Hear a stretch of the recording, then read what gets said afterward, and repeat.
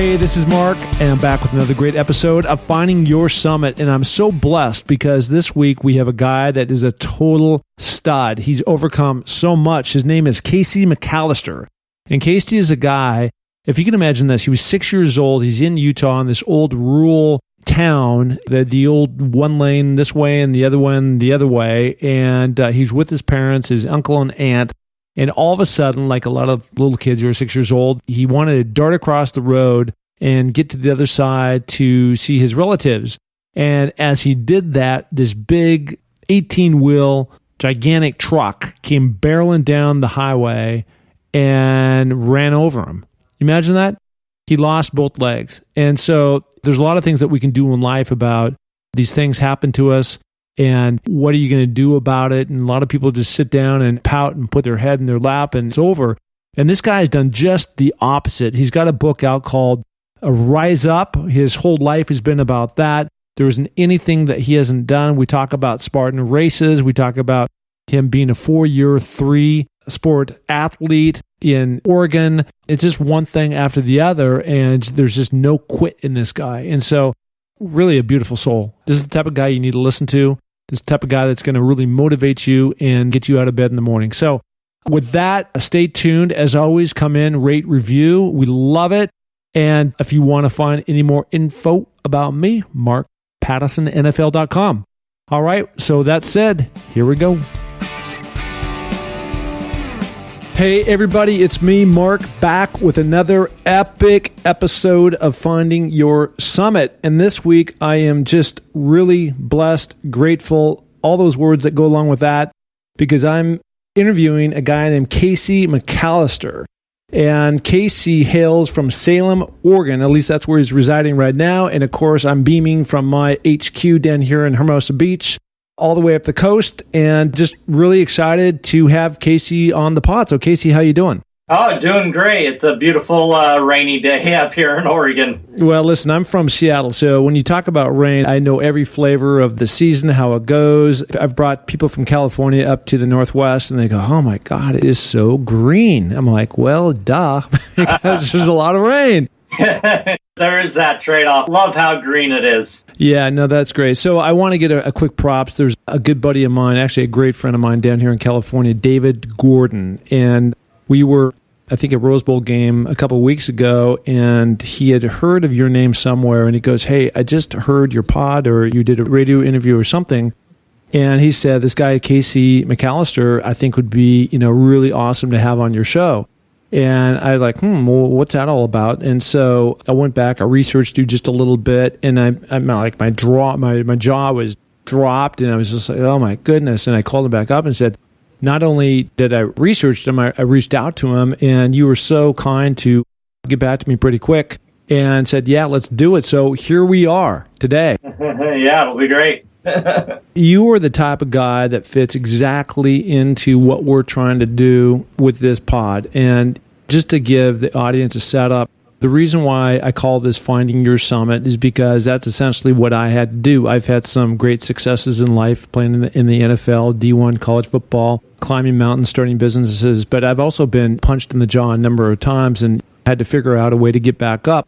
And when I was coming up with this whole idea about starting a podcast, it's just like, gosh, talk about, there's so many people and so many amazing people out there where you talk about overcoming adversity and finding their way in life. And you certainly 100% fall into this category. So I'm just going to jump right in and let's talk about how this all happened. But we're talking to Kacey, and Kacey's a guy who is a double amputee. And what he has accomplished in life, which we're going to get into, is just truly amazing. So I think the first thing that I'm really curious about is when we start talking about your double amputee, we start from the fact that you were 6 years old when this happened. And if you can go back to that time, where was that? What happened? How did this all play? And let's talk about that for a few minutes. Yeah, as a 6-year-old, I think it adds a little bit of flavor to know that I'm a redhead.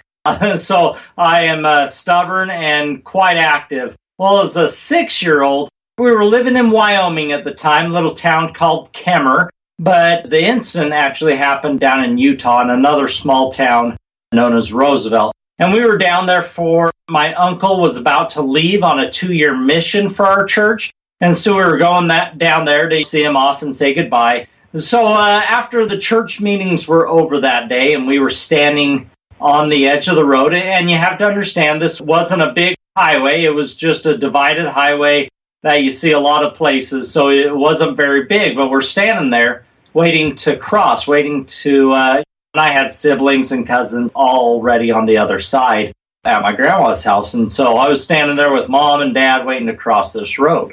Well, my dad says, okay, there's 2 cars coming and a truck. Well, I was pretty excited to get across the street. And after the 2 cars went by, I took off running.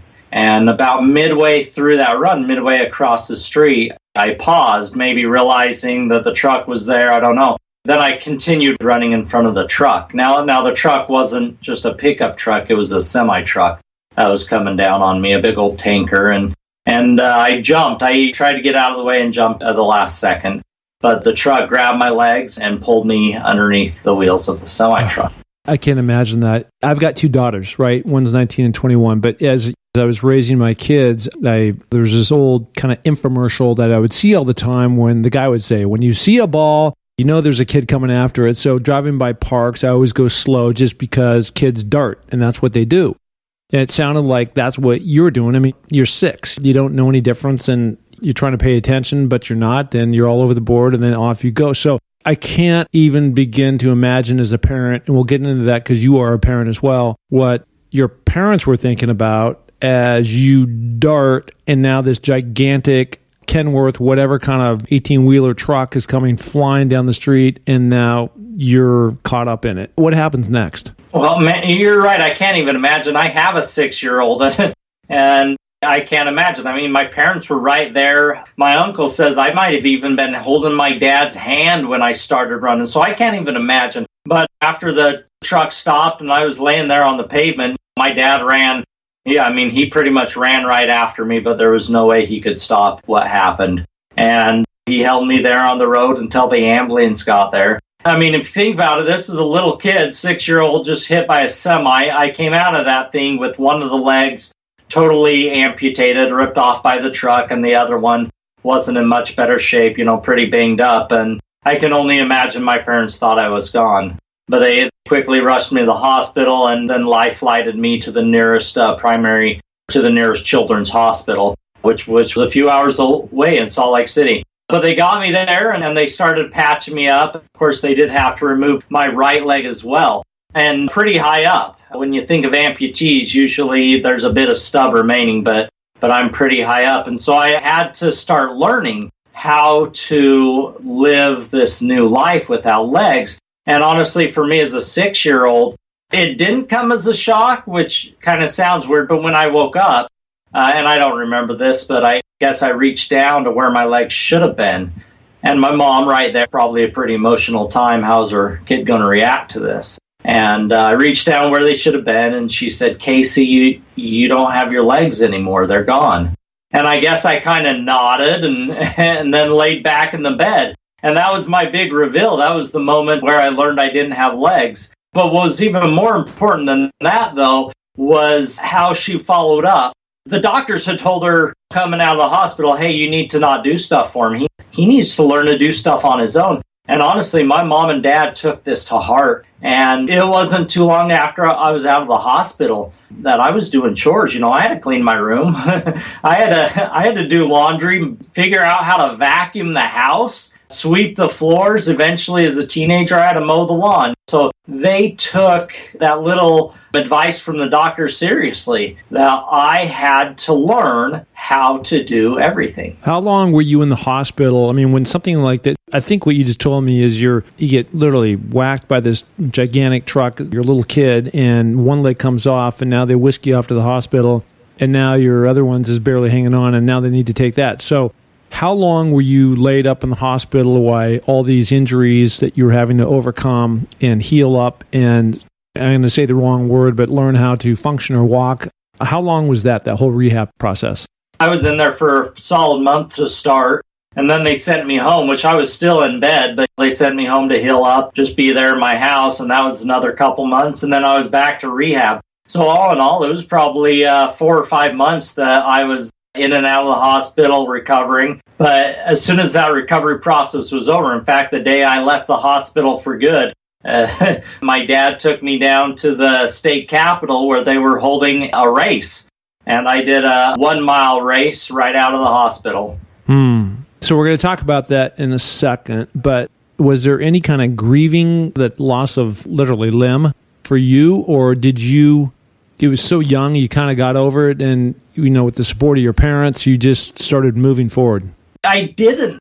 I never had a time where I cried at the heavens, oh, why me? I did take it in stride, and whether that is just the kind of kid I was or that I was so young, I mean, it definitely helped being young, but I definitely wasn't going to sit around and bemoan that fact too much. I was ready to start living life. I was a happy kid, and I wasn't going to let this throw a wrench in my life. So you talked about you're now released from the hospital and you go out and you run this first race, this 1 miler, right? So yeah. What did you have, prosthetics, or how do you do that? No, I just did it in my wheelchair. First day I got my wheelchair, I zoomed all over the hospital and it was awesome. So no, I did have prosthetics. They did train me on them, but I loved the wheelchair because I was fast. Wow. That's incredible. So the one thing I love that you just talked about was your mom in particular. I'm sure your dad was right with this as well, but really looking you straight in the eye and like, listen, this is your path. You got to take ownership of this, and we're not going to help you. And from the standpoint of being a crutch of doing everything for you, you got to do it yourself. So you talked about vacuuming and making your bed and cleaning your room and all the things that any other kid would do. And that obviously that served you very well in life to really understand about having to go after things and not sit around and moan and groan about things that happen to you. Make it happen. It's awesome. Great attitude. It started from something small. Though the one story that's told, my uncle came over to the house and I was in my bedroom. It was dark. And I said, hey, Uncle Kurt, will you turn on that light switch for me? And he was right by it. And my dad holds out an arm and stops my uncle and says, no, Casey, you do it. And so I had to slowly scoot across the room and I couldn't even reach the light switch. It was way too tall. So I had to figure out a way. I think I grabbed a bat and proceeded to turn on the light switch. But you're right. My parents, both my mom and my dad, taught me about being tough, about figuring out a way to do something, even if it seems impossible. So where did the whole sports thing, because I was doing my research on you, it seemed like, and by the way, same thing for me, but we're talking about a different situation, but sports was really your tonic, right? In terms of, this is what's going to get me out of bed. This is what's going to motivate me. And this is where I find my joy and happiness. And so at what age, maybe it would have been at 6 all the way up, you never stopped, but where you said, you know what, just because I have this adversity, I'm not going to let sports not be a part of my life. Where did that kick in? Well, even before I left the hospital, I was already planning on sports. In fact, months after, whenever the baseball season started, I was out there playing Little League. I was out there hitting off the tee. And the first season, my dad pushed me around the bases, which honestly was quite frightening to have your dad barreling you around the bases. But the next season, playing baseball again, and I got out of my chair and started hitting from the ground. It was just months after I got out of the hospital that I started doing sports. And it never stopped. And I always looked for the next sport, the next challenge, the next summit in my life. And so throughout school, there was times I played basketball. In high school, it was cross country, wrestling, and track. There really was never a time that I didn't participate in sports. So when you talk about track, again, are you talking you would run in a wheelchair or run in prosthetics or run, how would that work? Yeah, I used a race wheelchair on the track. And I started out my first couple seasons, I started out in my regular wheelchair and just pushing that around the track until somebody said, hey, would you like to go faster? And I'm like, yeah, of course I want to go faster, and let me use the race wheelchair. Yeah, I mean, that's just incredible. I will note that you are a 4-year, 3-sport athlete, obviously bright guy, 3.87. I mean, that's just about getting after it. I mean, that's just really amazing. So your high school years were spent in where? What town? Kaiser, right next to Salem. Right next to San. So you moved, I wouldn't say back, but you moved to Oregon, and that's where your formative years really went down, and that's great. So did you go on to college after that? I did. So right out of high school, I went down to the University of Arizona, and they wanted me down there to do wheelchair racing for them. And so I went down there for a year and raced for them.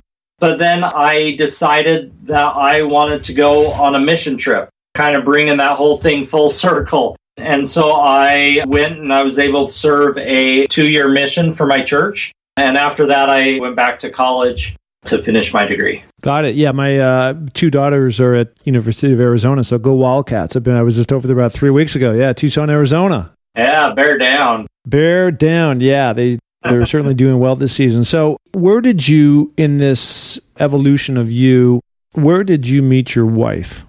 Wow, that's a great story. Well, we kind of grew up in the same area, but she was a couple years older than me in school, at least, well, in age too. But so I really didn't know her all that well. I saw her at some church functions, and she ran cross country. So I got to see her around, and I knew her sister was my age, so I knew her sister better. It's not like I had ever really hung out with her sister. But when I went on the mission trip, there's a training center in Utah. And at the training center, we were actually there at the same time.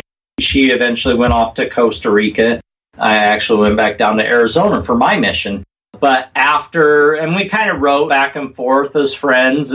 But then when I got home from my mission, I looked her up in one of those paper phone book thingies and called her up, and the rest is history. So did she have, look, I'm just trying to be as transparent as possible, and obviously she didn't, but I mean, was there any thought about your disability from the standpoint of the lost limb that you had gone through? Or was there any, I mean, there are challenges, certainly you've got over them, but was there any conversation about that, or she just, loved you for who you were? Oh, no, there never was a thing. In fact, one of the first times while we were dating in the very beginning, I went into her backyard and started cleaning her parents' backyard. And it was, for those of you who know the Pacific Northwest, it was covered in blackberry bushes. Yeah. So I was out there in the back hacking away and doing some damage to some blackberry bushes. So from the very beginning, the disability, which it's not a disability, was never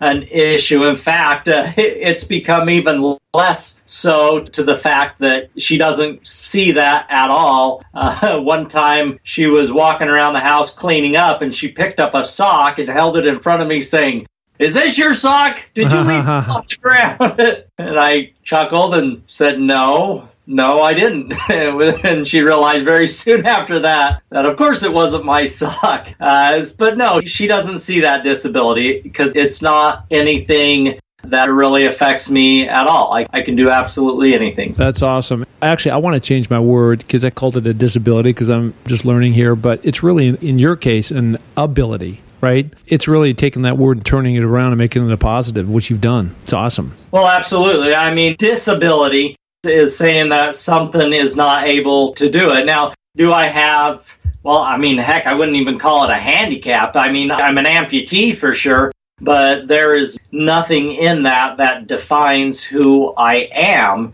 Well, except maybe being an amputee, but definitely not handicapped, definitely not disabled. Definitely not crippled. Do you think obviously, it sounds like you've mentioned a couple times here where you were at church and you went on a mission, and so obviously you're a religious guy. Do you think your faith has been tested, or do you think it has just strengthened about what you've been able to do in terms of inspiring others and maybe looking at this as a gift? Oh, well, I definitely believe it's a gift. In fact, I believe that God had this in place, whether that be before he even came to earth or maybe it was in that instant. But he saved me. I mean, there's no doubt about that. A 6-year-old just doesn't go up against a semi-truck and survive without some divine guidance. And God saved me for a purpose. And now I'm able to do some pretty incredible things. I can affect people in ways that they haven't before. I can show them what truly is possible in life, despite anything that's happened to them. And how do you do that? I wish I could say there was some great plan, but honestly, I go out there every day and do those daily things. I got a family. I got 5 kids.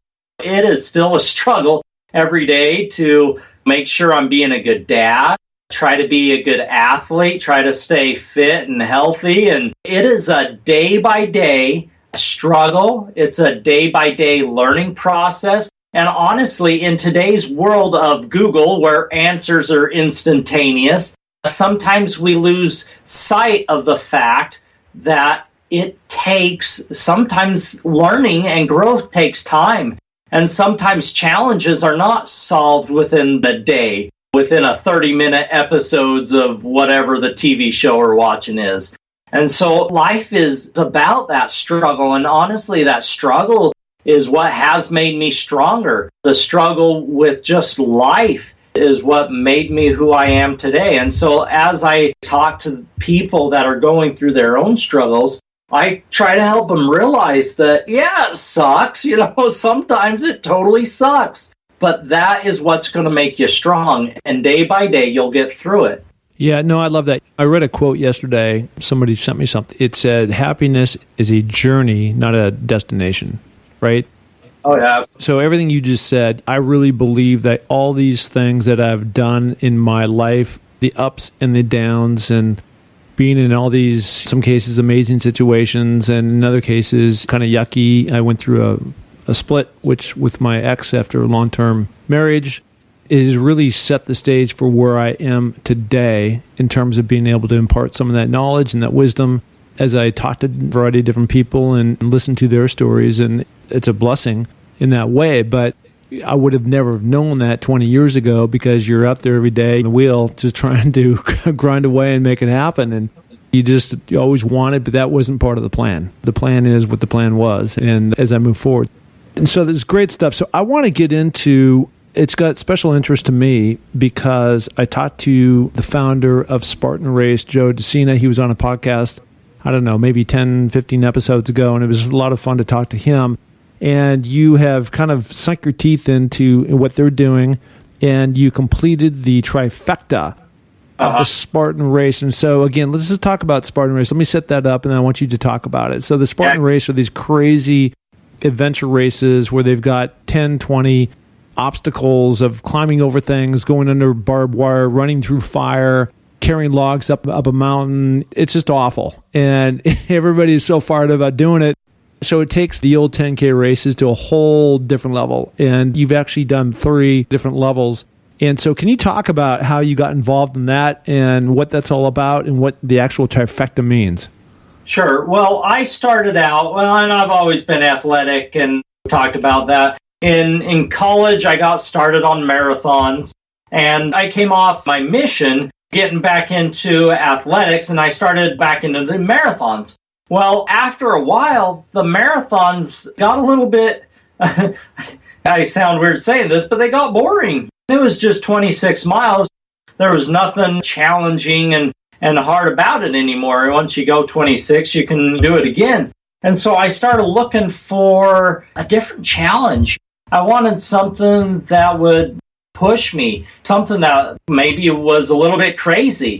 And one day I saw these obstacle course races, these Spartan races. And my first thought was, oh, shoot, that was a little too far. That's impossible. I mean, these guys jumping over fire and going through mud, that's insane. But the next breath, I realized, okay, well, all right. I'm going to try. It might be a little insane for me. I might not be able to do it, but until I give a shot, who am I to tell myself? My whole life, there have been people trying to tell me I can't do stuff. Why am I going to try to tell myself I can't do stuff? So very soon I signed up for a race, and I just signed up for the shortest one, and I went and competed in it. And oh man, I was... What distance was that? Just the 4 mile, the sprint. So short. And were there obstacles in that? Yeah, about 20 obstacles, include, you got your rope climbs, your bucket carries, your sandbags, just a bunch of different obstacles. Okay, so then that was the short one, and then you went to the next one, so you're now on 2. After that I was pretty beaten, but I decided, well, I finished it, might as well try another one. And so I did the super, which was 8 miles. And I went and I finished that one. Jumped over the fire at the end. I wasn't quite sure if I was going to get burned doing that or not, but I made it through. And of course, then the beast, the 13-plus miler was in my head, and I wanted to get that done. The next year, it didn't work out. We decided to add our fourth child to our family. Wait. So you got the first one done, then the second one done. Are you saying you completed the third one, or you got delayed? I did a super at the beginning of that next year, which is actually last year.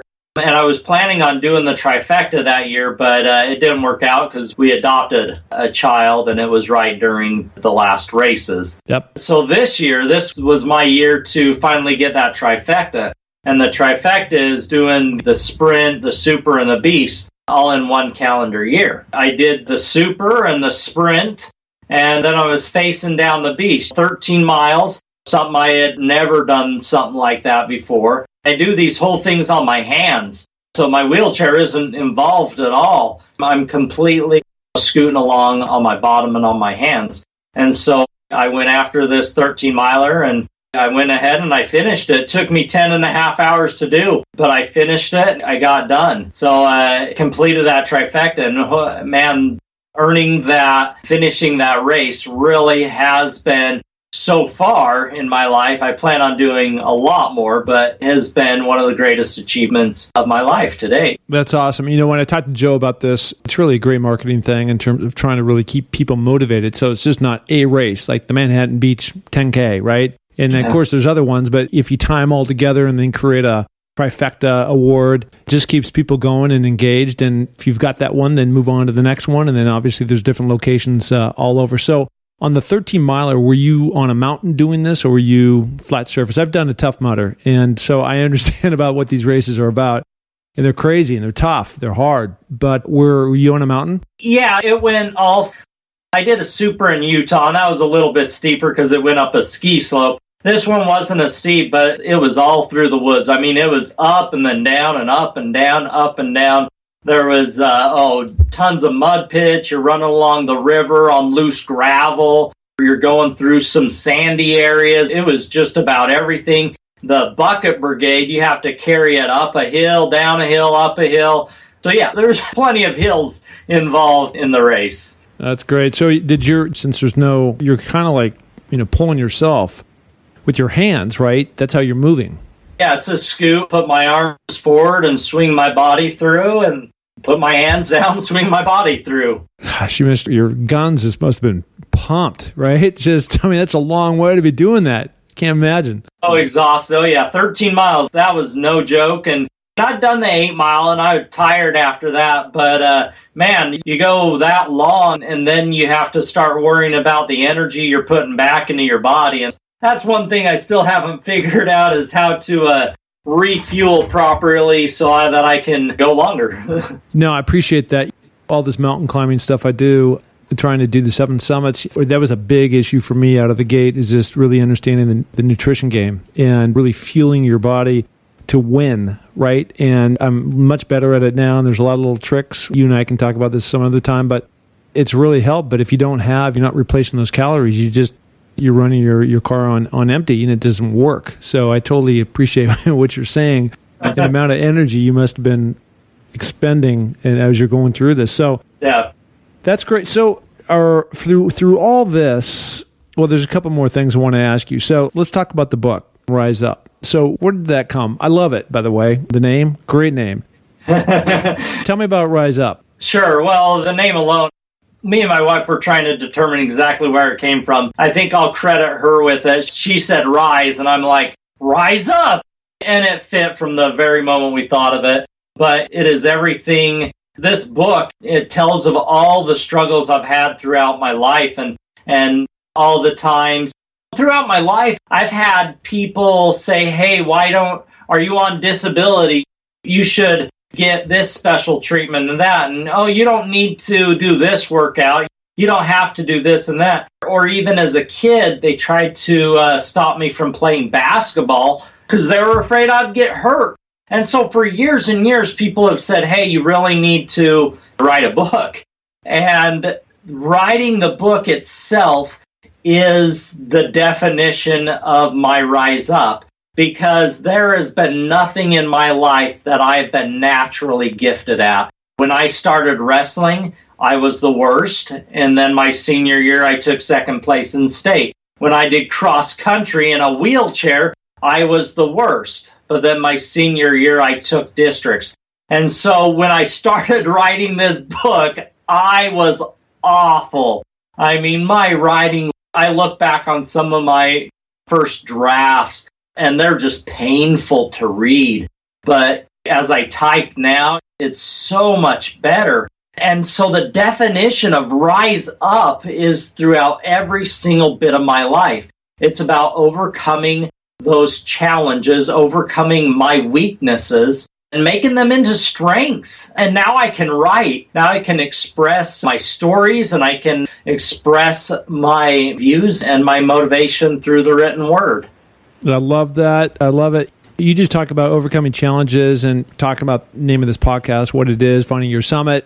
People don't always look at these things in this manner, but when things hit you in the face, right? And it's so easy just to get down on it and like pour me and pour this and pour that, but they're just these little blessings of opportunity to make something great out of something that's a negative that other people look at, right? So I really appreciate. So does that mean then you are on the public speaking tour? Do you go out and speak to others about this whole Rise Up concept? Yeah, absolutely. Well, I've been public speaking since I was a kid, but a couple of years ago, the Rise Up is my speaking business. I go wherever people want to listen to me. I travel all over the state speaking to different groups and different companies about this thing called Rise Up. And it fits so well into every school-age kid absolutely loves it. But you get into corporate business, any part of life. It goes into marriage. Marriage is constant work. So this message really fits well with everybody because everybody on this earth has some time and something where they have to find the strength to rise up. How did you come up with the idea of, you already got 4 kids. That's a handful. I got 2, and that I'm still like, I can play man-to-man, right? And now you go 4 and you go into zone defense. But how where this idea about, you got 4 kids and now you're going to go over to Ukraine and adopt a child? Where did that come from? My wife she's so amazing, and she wanted to adopt. She really did. At the time, we just had 3 children, but she wanted to adopt, and I wanted to be supportive. I was worried about it. 2 kids is a challenge. 3 kids is a challenge. I thought, holy cow, getting and he was special needs child from a different country. I don't know, that's going to be more than I can handle. And we get a couple months before we left Ukraine, and apparently God had another challenge in mind as well, because we found out we were pregnant too. So not only are we going over to Ukraine to adopt a child, but we're kind of having twins in a way, where you got 2 new ones pretty close to each other. But you know what I have found, just like with any part of life, those challenges, and let me tell you, we didn't sleep for a good 5 months. I don't know if we sleep that well now, but we have found some incredible blessings and some incredible strength that's come from adopting this wonderful kid and getting a baby tacked on the end of that as well. Wow, that's something else. So your kid, what are they ranging? What ages? My oldest is 9 years old, and then the baby's just a year old. Okay, yeah, you're right in the middle of it. I'm, mine are 19 and 21, so I'm on my way, right? So I appreciate where you're at in a complete way. So I want to mention this, people listening to the pod here. Today, we made this connection a couple weeks ago, and then today, really zooming in on what we're going to talk about. And I saw this YouTube video that's seen by over 100 million people.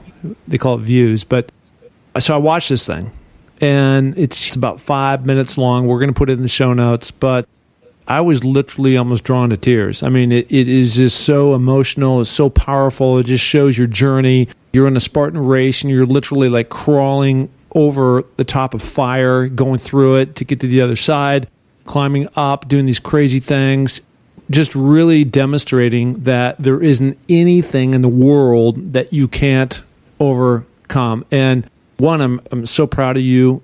2, it's just an honor to be talking to you. in this way after I watched the video and also this conversation, but I have so much respect for people who their attitude is everything. I talked to a guy who's an old Raider teammate of mine. He was on the pod a couple months ago. And the first thing that came out of his mouth when I said, Jerry, how are you doing? He goes, you know what? I wake up every day with an attitude of gratitude. And there's no question that you do the same thing. You've got your priorities in line. You've got your faith in line, where you want to go and impart great wisdom to others. And, people watch a video like this and you start looking at your own situation and going, wait a minute, I think I might want to take that thing on I didn't think I was going to do before. Well, I got some pretty amazing stories that have come to me through this process. People that have been going through a challenge in their life. And because they were watching that video, they now found the strength to go and rise up and make something more out of their life. One that sticks out to me, a gentleman that had been in prison, found some amazing inspiration from the video. And it kind of makes me embarrassed to say things like that. But I really want people to know that it's possible. I think of myself as just a regular guy trying to fight the odds, make the most out of life. But the more I realize we all need motivation, we all need that extra push.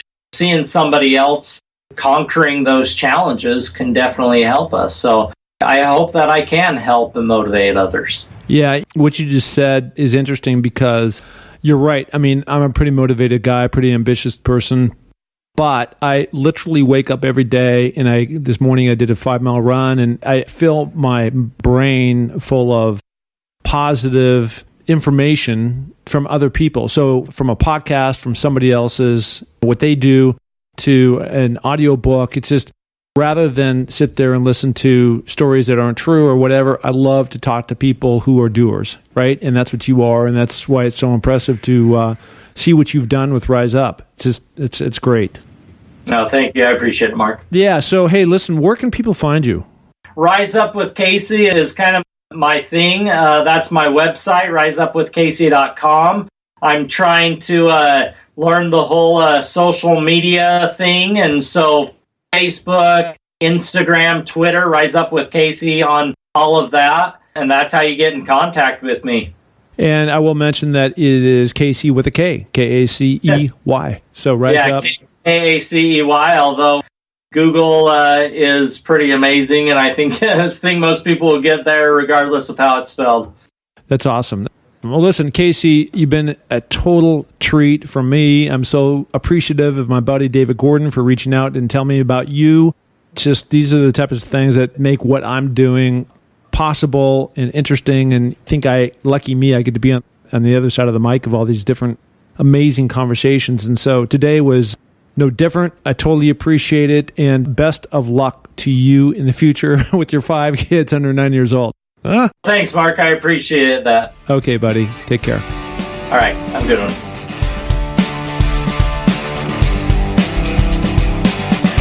Hey, and thank you so much for listening to the Find Your Summit podcast. We are so glad to have you along for this journey. And if you enjoy the show, please tell a friend, share it on iTunes, spread it to the planet. We're looking to broadcast this to every person that is out there because, as you know, everybody has their own summit that they're going after. If you're looking to follow my journey, you can find that through my social links on markpattisonnfl.com. That's Mark, M-A-R-K, Pattison, P-A-T-T-I-S-O-N, NFL.com. So, until the next podcast, just remember, clear eyes, full hearts, and remember, it takes a little more to make a champion, so make it happen.